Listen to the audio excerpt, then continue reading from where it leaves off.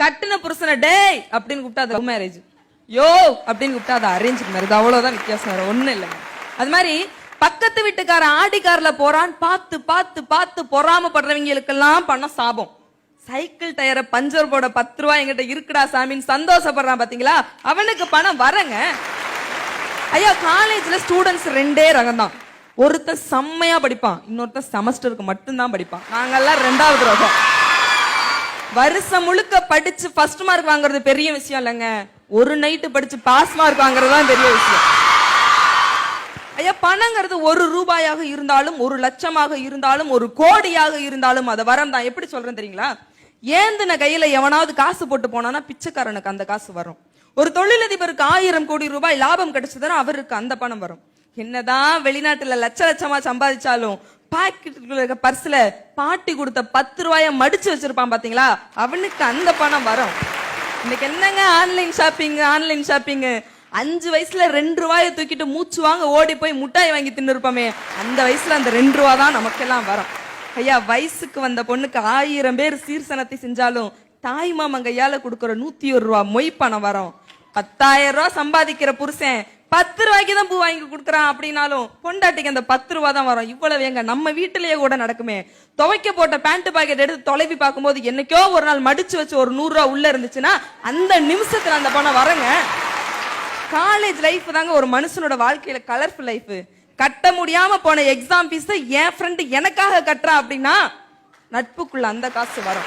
50 பேர் படிக்கிற கிளாஸ்ல ஒரு பிள்ளைக்கு பர்த்டே, 49 பேர் ஆளுக்கு 10 ரூபா போட்டு ஒரு கேக் வாங்கி வெட்டோமே, அழகான நினைவுல அந்த காசு வரும். அப்பா ஐவிக்கு டூர் போகணும்பா, காசு கொடுங்க அப்படிங்கும் போது அதெல்லாம் கொடுக்க முடியாது போன்னு சொல்லி கராரா சொன்ன அப்பா பஸ் படிக்கட்டுல கால் வைக்கும் போது நம்ம கேட்டதை விட ஒரு 100 ரூபாய் எடுத்து கையில அதிகமா கொடுப்பாரு. அப்பா பொண்ணு பாசத்துக்குள்ள அந்த பணம் வரங்க. இப்படி வாழ்க்கையோட எல்லா கட்டத்தையும் ஏதோ ஒரு பணம் சுவாரஸ்யமா மாத்துதே, அந்த பணத்தை தான் நாங்க வரன்னு சொல்றோம். கருவாடு கூடையில இருக்கும்போது வாசனை நல்லா இருக்காதுங்க, அதை குழம்பு வச்சு சாப்பிட்டு பாருங்க, அப்பதான் ருசி அல்லம். எங்க பணமும் அப்படித்தான். அந்த 3 பேருக்கும் பணங்கிறது டிக்கெட் எடுக்கும்போது உருண்டு ஓடுற 1 ரூபா மாதிரி. ஆனா எங்களுக்கு எப்படி தெரியுங்களா, ஆனந்தம் படத்துல அப்பா ஸ்னேகா கொடுத்த 1 ரூபா மாதிரி அவ்வளவு ஒர்த்து. உலகத்தின் முதல் ஆண் பெண் என்று சொல்லப்படுகிற ஆதாமும் ஏவாளும் எந்த நாட்டை சேர்ந்தவங்க நான் கண்டுபிடிச்சிருக்கேன். நல்லா யோசிச்சு பாருங்க. ஒதுங்கிறதுக்கு ஒரு கூரை இல்ல, உடுத்துறதுக்கு சரியான உடை இல்ல, 2 பேரோட பசிக்கும் சாப்பிடுறதுக்கு ஒரே ஒரு ஆப்பிள் தான் இருந்துச்சு. இருந்தாலும் தான் இருந்த இடத்தை சொர்க்கம் என்று நம்பினார்களே, அதனாலதான் சொல்றேன் ஆதாமும் ஏவாளும் இந்தியர்கள்னு. ஐயா, சின்ன சின்ன விஷயத்துல சந்தோஷத்தை கத்துக்கங்க. பெரிய பெரிய எதிர்பார்ப்புகளை எல்லாம் மனசுல விதைச்சுக்கிட்டு அதுல ஏமாறும் போது உங்களுக்கு பணம் சாபமா தெரியுது. எங்களை மாதிரி யதார்த்தத்தை புரிஞ்சுக்கிட்டு வாழ்ந்து பாருங்க, பணம் எப்போதும் வரும். ஐயா, நாங்களாம் யாரு தெரியுங்களா? ஸ்கூலு விட்டு வீட்டுக்கு வந்தோடனே போனை எடுத்து கேம் விளையாடுற 2K கிட்ஸ் இல்லைங்க, வீட்டுக்கே போகாம தெருவுல கேம் விளையாட்டு போன 90s கிட்ஸ். 90s கிட்ஸ் நல்லதை மட்டும்தான் பேசுவோம். ஐயா, பணத்தை சாபம் என்று சொல்வதற்கு அவர்களிடத்திலே 1000 காரணம் இருக்கு. ஆனா அந்த பணத்தை வரம் என்று சொல்வதற்கு ஆழமான ஒரு காரணம் எங்கிட்ட இருக்கு. நான் எங்க இருந்து வரேன் தெரியுங்களா? கஜா புயல் தன்னுடைய கோர முகத்தை காட்டி சென்ற நாகப்பட்டினத்துல இருந்து நான் வரேன். எங்க ஊரோட ஸ்பெஷாலிட்டி என்ன தெரியுங்களா? கனமழை வரும் அப்படின்னு சொல்லுவாங்க, அன்னைக்குதான் சூரியன் சுல்லுன்னு சுட்டுட்டே இருக்கு. அது மாதிரி புயல் வருதுன்னு சொல்லும்போது வந்தா என்ன பண்ணிட போறது அப்படின்னு ஒரு அலட்சியம். அந்த நாளும் வந்துச்சு.